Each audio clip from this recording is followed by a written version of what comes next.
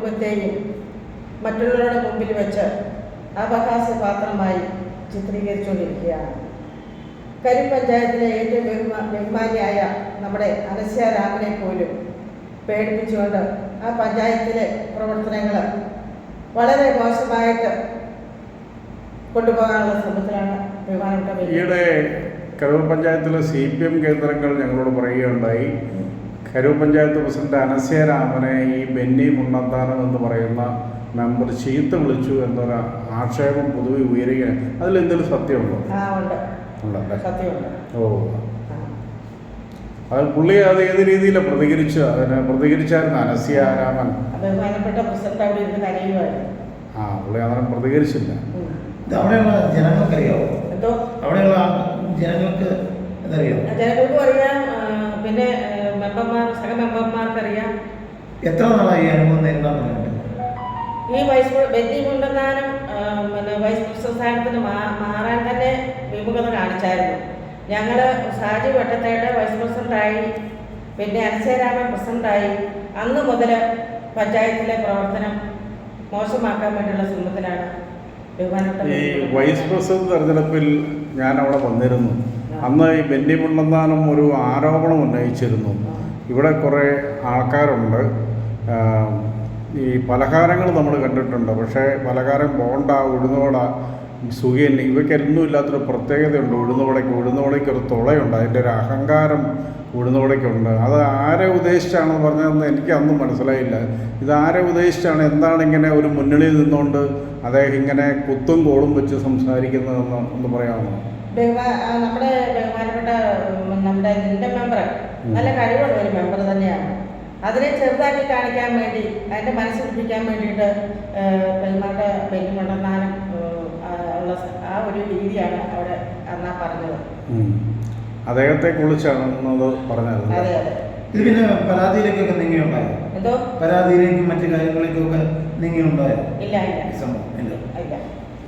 ഇത് ഈ നമ്മുടെ ഈ അനസ്യരാമനെ ഇങ്ങനെ ചീത്ത വിളിച്ചത് CPM കേന്ദ്രങ്ങളിൽ എന്തെങ്കിലും നടപടി സ്വീകരിച്ചായിട്ട് വല്ലതും അറിയാമോ? ഇല്ലല്ലേ? ഇല്ല. പിന്നെ ഈ ബെന്നി മുണ്ടന്താനം ഞാൻ വൈസ് പ്രസിഡന്റാണ് എന്ന് പറഞ്ഞ് പല ഓഫീസുകളിലും കയറിയതായിട്ട് ഞാൻ പിന്നെ പലരും കേട്ടിട്ടുണ്ട്. അതുപോലെ തന്നെ ശ്രീമതി മഞ്ജു ബിജു മന്ത്രിയുടെ ഓഫീസിലാകാണ്ട് ഞാൻ പ്രസിഡന്റാണ് എന്നും പറഞ്ഞ് ഐഡന്റി കാർഡൊക്കെ കാണിച്ച് അവിടെ പ്രവേശിച്ചിട്ടുണ്ട്.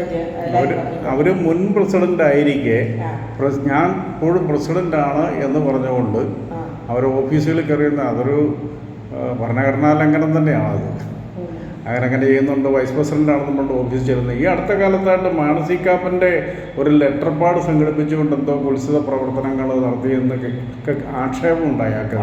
അതെന്റെ മോനെ സംബന്ധിച്ചുള്ളതാണ്. അവനെ അവിടെ ഒരു ഡ്രൈവിംഗ് പോസ്റ്റ് കൊടുത്തായിരുന്നു.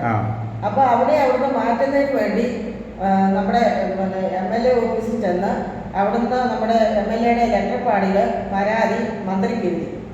അപ്പോൾ ഞാൻ ഇങ്ങനെ അറിഞ്ഞു, മോനെ വിളിച്ച് പറഞ്ഞു, ഇങ്ങനെ MLA ഓഫീസിൽ നിന്ന് പരാതി പോയിട്ടുണ്ട്, MLA എന്നൊക്കെ പറഞ്ഞു കഴിഞ്ഞപ്പോൾ ഞാൻ MLA വിളിച്ചു. വിളിച്ചപ്പോൾ MLA പറഞ്ഞു, ഞാൻ ഈ കേസോട്ട് അറിഞ്ഞിട്ടുമില്ല, എനിക്കൊട്ട് അറിയിച്ചിട്ടുമില്ല, ഞാനതിപ്പോൾ തന്നെ മാറ്റിയേക്കാന്ന് പറഞ്ഞു. ആ പരാതി പിൻവലിച്ചേക്കാവുന്നു. അങ്ങേര് പോസിറ്റീവായിട്ടാണ് പ്രതികരിച്ചത്. ആ പരാതി അന്നേരം പിൻവലിച്ചു. ഇവരുടെ ജോലി എന്താണെന്ന് ചോദിച്ചാൽ എൻ്റെ മകനെ പറ്റി എപ്പോഴും വിവരാവകാശം കൊടുക്കുകയാണ്. ഈ കൊച്ചിനെ ഈ ഡ്രൈവ് പോസ്റ്റിൽ കൊടുത്തത് തന്നെ അവരെന്തോ അത് അഴിമതിയാണ്, ഞാനും അഴിമതിയാണ്. ഈ ഒരു വലിയ സംഭവമൊക്കെ ഉണ്ടായിരുന്നു. അത് ഞാൻ പറയാം. ഞാൻ അരിവള്ളിക്കുന്ന് ഭാഗത്ത് ജനങ്ങൾ ഒരു ദിവസം രാത്രിയിൽ എന്നെ വിളിച്ച് പറഞ്ഞു, മെമ്പറെ അവിടെ കല്ലും മണ്ണും കൊണ്ടുപോകുന്നുണ്ട്, മെമ്പർ അറിഞ്ഞോണ്ടാണോ എന്ന് ചോദിച്ചു. ഞാൻ ആ സംഭവം അറിഞ്ഞുമില്ല, കേട്ടിട്ടുമില്ല, ആരും പറഞ്ഞുമില്ല. അതിന് മുമ്പ് ഞാൻ പിറ്റേ ദിവസം രാവിലെ മണ്ണെടുക്കുന്ന സ്ഥലത്ത് ചെയ്തു. അപ്പോൾ സംഭവം ശരി, അവിടെ മണ്ണെടുത്തിട്ടുണ്ട്, കല്ലും എടുത്തിട്ടുണ്ട്. ഞാനെന്നാലും ചെന്നപ്പോൾ ഷാജി എന്ന് പറയുന്ന വ്യക്തി ആ മാട്ടയിൽ ഇരിപ്പുണ്ട്, ആ കയ്യാലയിൽ. ഞാൻ ചോദിച്ചു, ഷാജി പെർമിറ്റ് എടുത്തേച്ചാണോ ഈ മണ്ണെടുക്കുന്നതെന്ന് ചോദിച്ചു. ഉടനെ ഷാജി ഒരു പെർമിറ്റ് തന്നെ എടുത്ത് കാണിച്ചു. ഞാൻ നോക്കുമ്പോൾ അതിൻ്റെ കാലാവധി കഴിഞ്ഞതായിരുന്നു. ഉടനെ ഞാൻ ഒട്ടും പഠിച്ചില്ല, ഞാൻ വില്ലേജിലോട്ട് വിവരം അറിയിച്ചു. വില്ലേജുകാർ വന്ന് സ്റ്റോപ്പ് പമ്പ് കൊടുത്തു. ഷാജി അതിനുശേഷം പഞ്ചായത്തിൽ ചെല്ലുകയും പഞ്ചായത്തിൽ ചെന്ന് പരാതി പറയുകയൊക്കെ ചെയ്തെന്ന് ഞാൻ കേട്ടു. പക്ഷേ അവർ അനുമതി കൊടുത്തില്ല. അതെല്ലാം കഴിഞ്ഞു. ഷാജി എന്ന് വൈകുന്നേരം നെച്ചിപ്പുടിയുടെ കവലെ കിടന്ന് എന്നെ കൂപ്പിച്ച് തെറിയായിരുന്നു. ആൾക്കാരെന്നെ പറഞ്ഞു അത് തെളിവ് സഹിതം വേണം ഞാൻ കൊണ്ടുവരാം. അതെല്ലാം കഴിഞ്ഞിട്ടാണ് ഈ ഒരാഴ്ച മുമ്പ് ഒരു ഓഡിയോ ക്ലിപ്പ് എൻ്റെ മോൻ എന്നെ കാണിക്കുന്നത്. അത് ആരയച്ചു എങ്ങനെ അയച്ചതെന്നൊന്നും എനിക്കറിയത്തില്ലായിരുന്നു. അതിനുശേഷമാണ് ആ വിവരം ഞാൻ അറിയുന്നത്.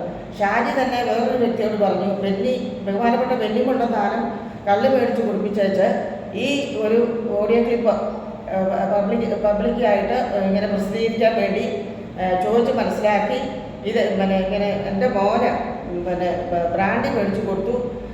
അന്നേരം അതിനകത്ത് ബെന്നി മുണ്ടത്താനം ചോദിക്കുന്നുണ്ട്, നിന്റെ അമ്മ പറഞ്ഞിട്ടാണോ 40,000 രൂപ കൈക്കൂലിയൊക്കെ കൊടുക്കുന്നത് എന്ന് എടുത്ത് ചോദിക്കുക ബഹുമാനപ്പെട്ട മെമ്പർ ബെന്നി മുണ്ടത്താനം.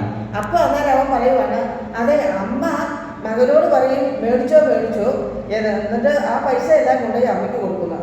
എന്താണേലും വേണ്ടിയല്ല, എങ്ങനെയാണേലും വേണ്ടിയല്ല. ഈ നുണക്കഥ, ഈ കെട്ടുകഥ ഞാൻ അങ്ങേറ്റം വരെ പോയി ഞാൻ തെളിയിക്കും. അതെന്താണെന്ന് ചോദിച്ചാൽ ഞാൻ മാന്യമായിട്ട് പ്രവർത്തിക്കുന്ന ഒരു മെമ്പറാണ്.